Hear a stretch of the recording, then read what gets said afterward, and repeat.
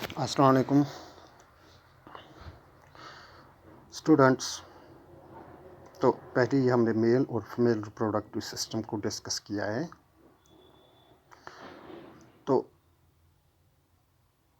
आप इसके पार्ट्स भी जानते हो, कौन कौन से ऑर्गन्स इसमें इन्वॉल्व होते हैं और कौन कौन से हार्मोन्स यहाँ से रिलीज़ होते हैं। तो फीमेल और मेल रिप्रोडक्टिव सिस्टम दोनों का इस्तेमाल सेक्सुअल रिप्रोडक्शन में होता है। आप ये बात जानते हो कि in humans the sexual reproduction takes place. तो सेक्सुअल रिप्रोडक्शंस में दो गैमीट्स होते हैं। तो दो गैमीट्स के एसोसिएटेड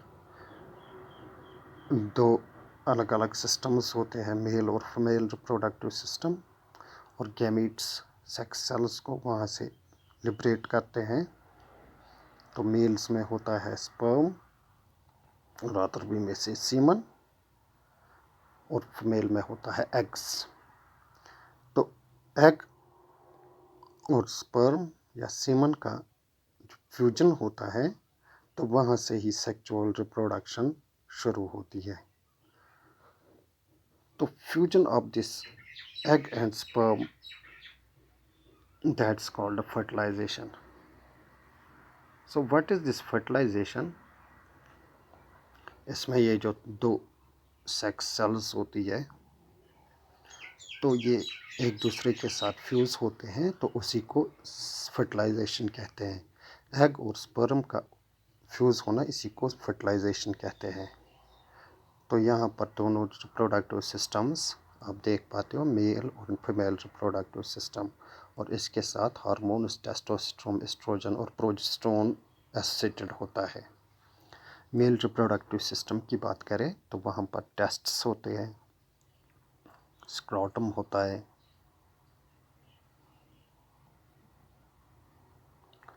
स्पर्म डक्ट होता है, यूरेथ्रा होता है,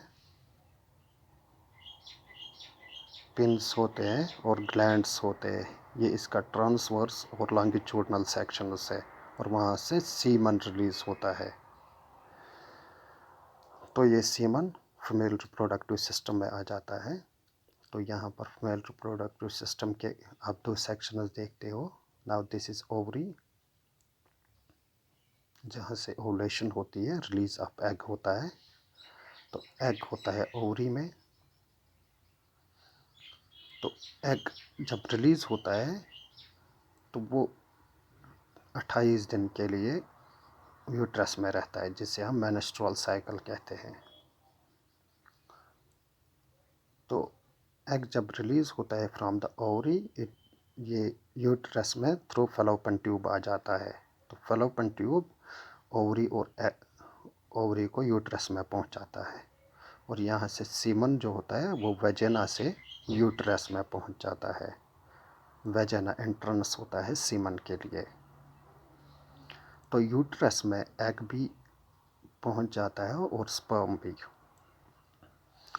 तो एग जब दोनों पहुंच जाते हैं, तो 5 दिन के अंदर अंदर ये फर्टिलाइजेशन होती है, मेंस्ट्रुअल के 12, 13, 14, 15 और 16 को। तो इसी फर्टिलाइज्ड एग को जाइगोट कहते हैं। तो ऐसा भी हो सकता है एग जब यूट्रस में पहुंचे तो सीमन वहाँ से ना आए, फर्टिलाइजेशन ना हो, तो एग रिलीज होता है थ्रू द वेजिना आउटसाइड, खून की सूरत में, जिसे हम मेंस्ट्रुअल साइकिल कहते हैं।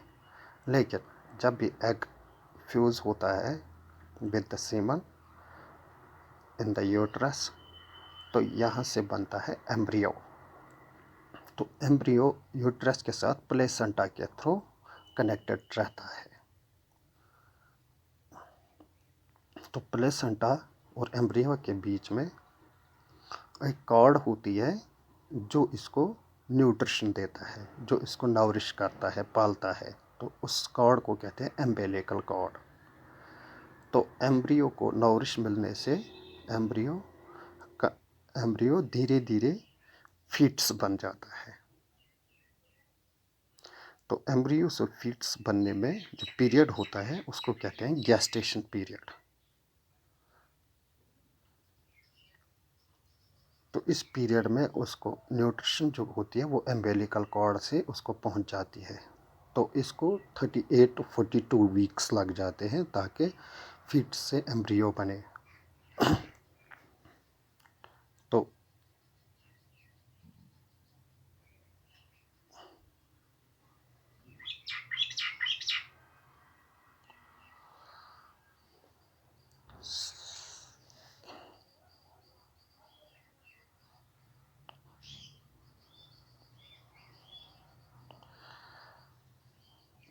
तो 38, 42 और ये फीट्स जो होता है, ये फीट्स 9 महीने के लिए यूट्रस में रहता है।